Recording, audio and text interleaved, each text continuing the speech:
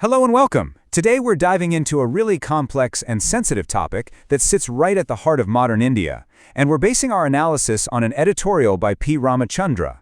We're going to explore the relationship between lower caste Hindus and Muslims, and as you'll see, it's a story of both deep, painful division and incredible, powerful unity. So we're going to frame this entire explainer around one core question. Is there a deliberate, calculated strategy to pit these two huge and often marginalized communities against one another for political gain? Let's find out. Here's our roadmap for today. First, we'll set the stage with the nation's core question. Then, we'll look at what's called the divide strategy. After that, we'll examine the real-world impact, the foot soldiers and fault lines. But then, we'll pivot to the unite counter-movement, before tying it all together to see what a contested future might look like. Now, to get to the bottom of our big question, we're not just dealing with opinions. We're going to be looking at documented evidence from human rights reports, academic work, and journalistic analysis, all to really unpack this incredibly intricate web of caste and religion in India today. Okay, so let's jump into the first part of this investigation. We're going to look at the political ideology and the strategy that, according to the sources, is all about creating division in order to build what's known as a unified Hindu vote bank. To get this, we first need to understand a really key term, Hindutva. At its heart, it's an ideology that sees India as a fundamentally Hindu nation. And from a political standpoint, the goal is to bring together the incredibly diverse Hindu population, which, remember, is split by all these different castes, into one single massive political force. So how do you actually build this huge voting bloc? Well, the analysis suggests the strategy is to mobilize marginalized Hindu communities. We're talking about groups like Dalits and Adivasis, and bring them into this larger front. And this front is often defined not just by what it stands for, but who it stands against, and that's primarily Muslims and other minorities. Now, this is where it gets really interesting, because this isn't just some abstract idea. There's a whole structure behind it. Think of it like a pyramid. The base is the existing caste system itself. Then you've got this middle layer, a huge network of organizations doing the on-the-ground work.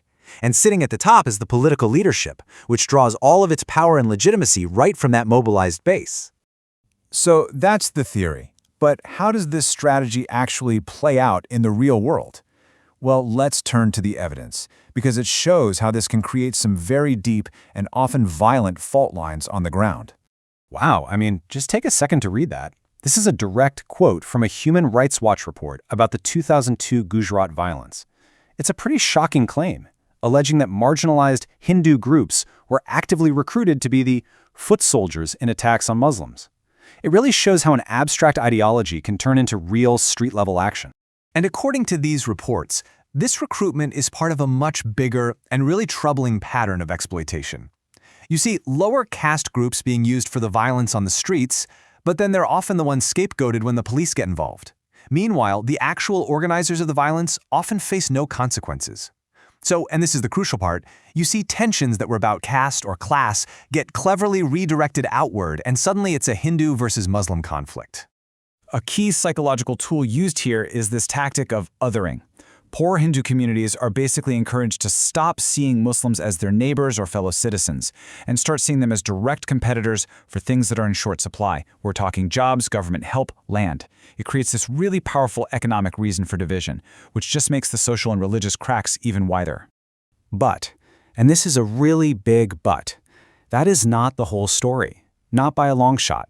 We're going to pivot now to an incredibly powerful force pushing back. These active, on-the-ground movements that are all about building solidarity, based on the simple idea of a shared struggle. And these aren't just whispers of unity, these are organized, loud voices. You've got groups like the BIM Army, a Dalit rights group that does amazing work, like running free schools for both Dalit and Muslim kids. You've got leaders like Chandrasekhar Azad, who is openly calling for a huge coalition of Dalits, Muslims, and other marginalized groups. And then you have these amazing grassroots movements like the Dalit Asmita Yatra, a protest march that brought together victims of violence from both communities. This slide really just lays it all out, doesn't it? It shows the two competing forces right next to each other. On one side, you have these tactics designed to divide people, to frame Muslims as the enemy. But on the other, you have these simple, powerful slogans like Dalit Muslim Bye-Bye, which means brothers, and a story focused on a joint struggle against the same systems of oppression. The contrast is just striking. And this quote from Chandrasekhar Azad, it just perfectly captures the potential power of this unity movement. The idea here is that this solidarity isn't just a social thing, it's deeply political. It's seen as a direct antidote to the politics of division, a way for these communities to reclaim their own power. Okay, so where does all this leave us? We've seen the forces of division and the forces of unity. In this last section, we're going to bring those two threads together, look at all the evidence, and try to figure out what it all means. Right. It's so important to remember the foundation that this potential for unity is even built on. The analysis makes it clear that, hey, despite religious differences, a whole lot of lower-caste Hindus and Muslims are living a very similar reality. They're often on the lowest rungs of the economic ladder, and they're facing the same systems that exclude and marginalize them. So let's just pull this all together one last time. On one side of the scale, you've got clear evidence of recruitment for riots, of political strategies designed to polarize, and of othering Muslims as competitors. But on the other side, you have just as much evidence of joint protests, of coalition building, and of leaders calling for unity. So, the answer to that big question we started with? Well, it's not a simple yes or no. The conclusion from this analysis is that this is a story of an active, ongoing political fight. It's a tug of war. You have powerful, organized forces working to pull these communities apart, and you have equally determined forces trying to bring them together. The outcome is not set in stone. And this leaves us with one final thought, which is really more of a question for all of us.